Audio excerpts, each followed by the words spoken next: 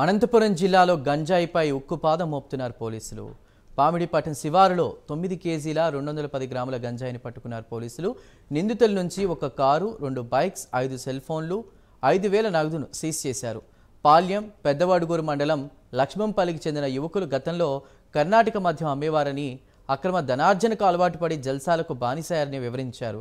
Easy money కోసం విశాఖపట్నం నుంచి కారులో గంజాయిని తీసుకొచ్చి ఇక ఎరువు దిబ్బల్లో భద్రపరిచి అనంతపురం గుంతకల్లో విక్రయించేవారని చెప్పారు.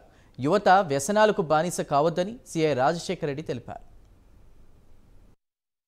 అదేవిధంగా గుంతకల్లో sub division officer Bhaskar Reddy sir సూచనల మేరకు పామిడి మండలంలో ఈ యొక్క గంజాయి వ్యాపారం గురించి రాబడినటువంటి ఖచ్చితమైన సమాచారం మేరకు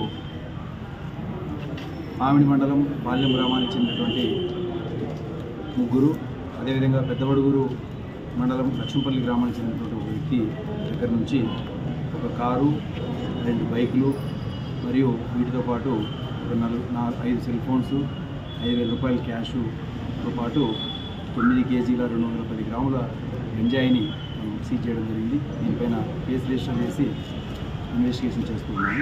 దీంట్లో ప్రధానంగా ఈ యొక్క పాలెం గ్రామానికి చెందినటువంటి శివకుమార్ మరియు అతని మిత్రులైనటువంటి రవితేజ, గోపాలకృష్ణ, అమర్నాథ్ అనేటువంటి ఈ అందరు వ్యక్తులు కలిసి ఈ యొక్క గంజాయిని వైజాగ్ రూరల్ ఏరియా నుంచి కారులో మరియు ట్రైను, బస్సులలో తరలిస్తూ ఇక్కడికి తీసుకొచ్చిన తర్వాత దీన్ని హోల్సేల్గా గుంతకల్లు మరియు అనంతపూర్లో